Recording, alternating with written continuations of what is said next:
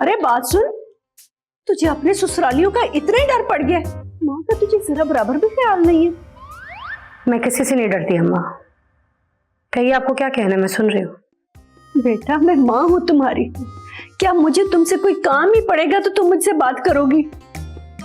तुम्हारा कोई फर्ज नहीं कि तुम अपनी माँ का हालचाल ही पूछ लो। मुझे पता है मेरी माँ माशाल्लाह सेहतमंद है, रोज सुबह शाम लड़ने के लिए तैयार रहती है। ये मेरे अल्लाह, ये कैसा जमाना आ गया, यानी एक बेटी अपनी माँ को ताना दे रही है। हाँ हाँ मैं लड़ती हूँ और मैं लड़ती रहूंगी सारी जिंदगी तुम लोगों के हक के लिए। हाँ काश आपको उसके अलावा भी कुछ आता। तो तू सिखा देना अपने ससुर को कुछ और, हर वक्त मनहूस मारा लड़ाई करता है।